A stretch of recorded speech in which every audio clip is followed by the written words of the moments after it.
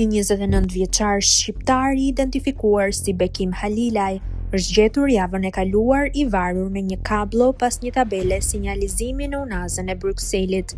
Trupi i tij u zbulua më 28 shtator dhe prokuroria belge e ka cilësuar vdekjen si të dyshimt duke hapur hetime. Sipas mediave belge dhe shqiptare, viktima dyshohet se ishte e përfshirë në një rrjet trafiku kokaine.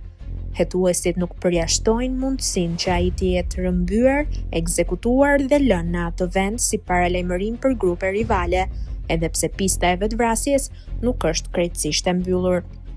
Bekim Halilaj, me origjinë nga fshati Bicaj në Kukës, më herët kishte jetuar në Angli, ku ishte arrestuar në vitin 2017.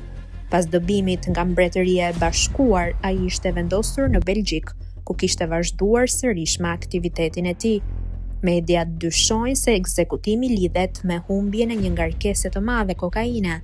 Autoritetet belge po vazhdojnë hetimet për zbardhjen e plotë të ngjarjes.